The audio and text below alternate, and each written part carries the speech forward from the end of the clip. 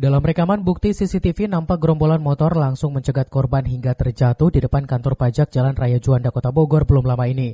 Korban lalu dikeroyok beramai-ramai hingga ditinggal di jalanan.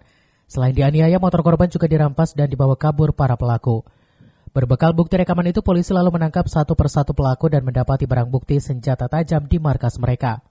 Sedikitnya 7 orang komplotan pelaku yang diamankan pada Rabu siang, satu diantaranya merupakan wanita berusia 18 tahun. Gadis ini diketahui berperan sebagai joki yang membojeng pelaku pembacokan. Sementara di hadapan petugas, komplotan begal muda ini mengaku baru sekali melancarkan aksi. Mereka beroperasi dengan modus memepet, menganiaya, dan merampas motor korban. Tindak pidana curas yaitu begal. Pada saat kejadian mereka, terutama tersangkanya ini warawiri di wilayah kota ini, kemudian mendapatkan salah satu target mereka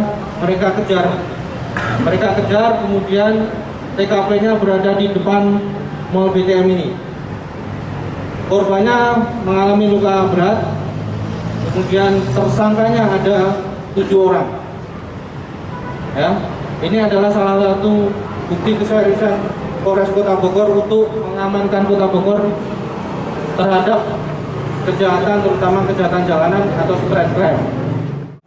Pak, ada 10 orang, Pak. 7, Pak. Kamu membawa Terus, Pak.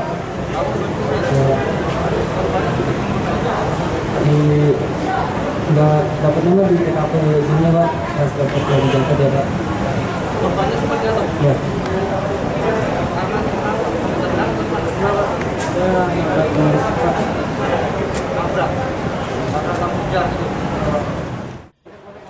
Hingga kini 3 orang tersangka lain yang berhasil kabur masih dalam pengejaran petugas. Sementara akibat perbuatannya, para pelaku dikenai pasal 365 KUHP dengan ancaman hukuman 12 tahun penjara.